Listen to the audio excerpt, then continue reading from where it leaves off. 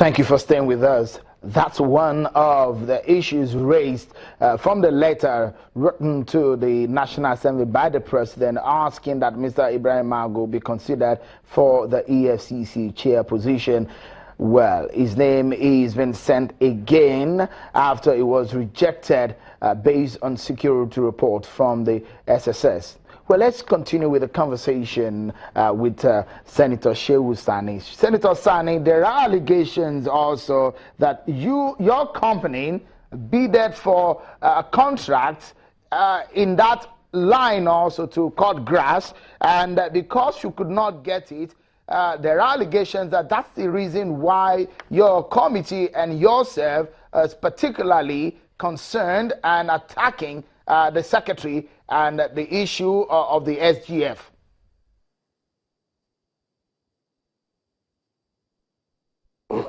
That is funny. I've never had any company in my life to do any contract of any sort. I'm never a contractor. I'm never a businessman.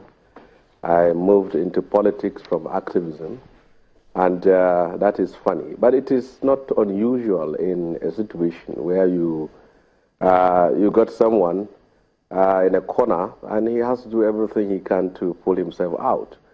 And I can say that I am prepared to join issues with anyone, but unfortunately, I'm inhibited by the very fact that this is an interim report, and I have to do my job in terms of doing a full report. And if they have any issues, they should come before us. We're going to invite them to raise them. We're certainly going to put them down on all issues which they raised. And so as far as I'm concerned, coming to the media to say one or two things is not the best. When we invite you and there are issues raised about you, you should come over and defend yourselves and give us evidence and proofs that you did this or you didn't do that. But I can tell you in every sense of the word that is our position on that.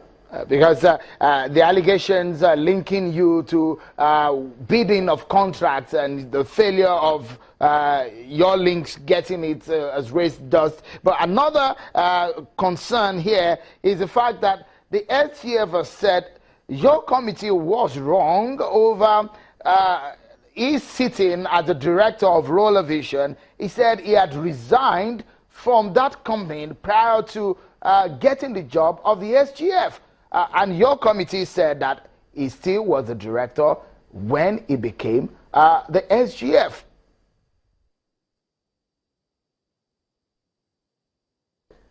Well, tell him that next time he shouldn't send anybody to come and defend him, because the person he sent could not be able to eloquently provide such proofs, and when we confronted him with it. So he should await our next invitation to come over. Before it's a public hearing, he has an opportunity to speak, and perhaps inviting him to the Senate and him being very busy attending to one or two things may not be of help to him. So I said I have a lot to say, and we have a lot of documents with us, more indicting than the first one which we have released. But I think the best thing for him, try and convince him to be with us next time we invited him, and that is the best platform for him to come and defend himself before we come with the second report.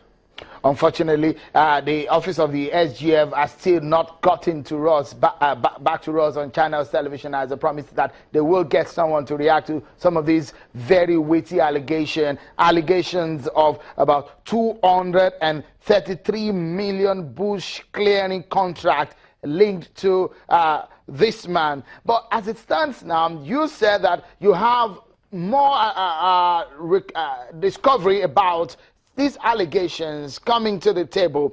What are you going to do now? Are you going to reinvite the SGF, or are you going to let the sleeping dog lie for now?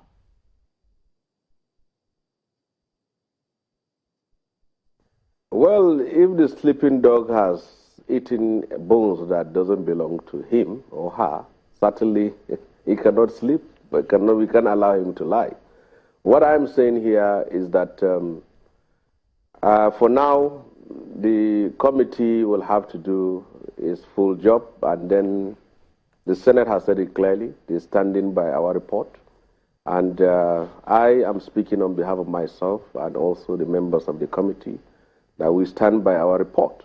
And we are not concerned about clearing the SGF by letters sent to us. And what we have said it very well is that issues which we raised in our committee report was not in any way addressed by the letter sent to us from the president.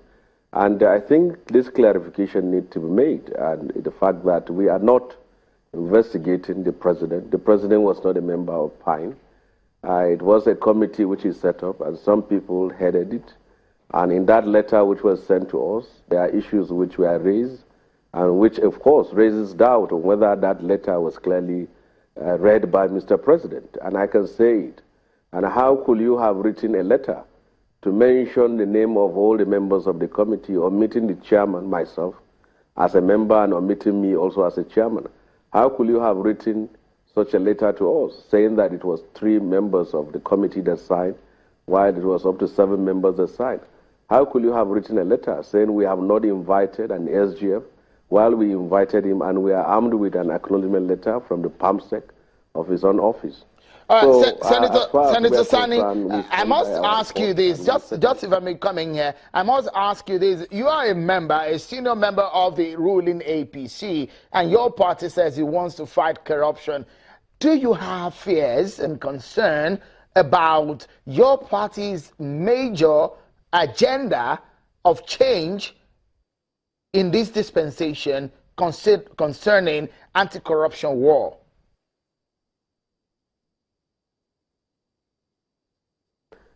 Well, as a senator, I believe that I was given a job which was ad hoc, and it wasn't part of my schedule.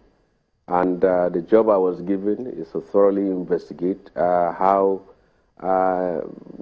funds that should be meant for helpless people in Northeast were channeled and were used by some persons to enrich themselves. And I did a thorough job. And I believe that if we are to go by the principles and the spirit of the anti-corruption crusade of this administration, this is what it should be about.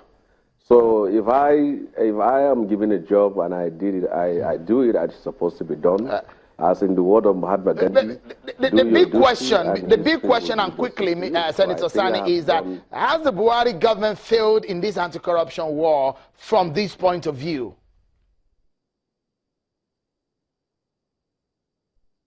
Well, I said it clearly. As far as this issue is concerned, the issues we raised in the in the investigation has not been addressed by the letters sent to us.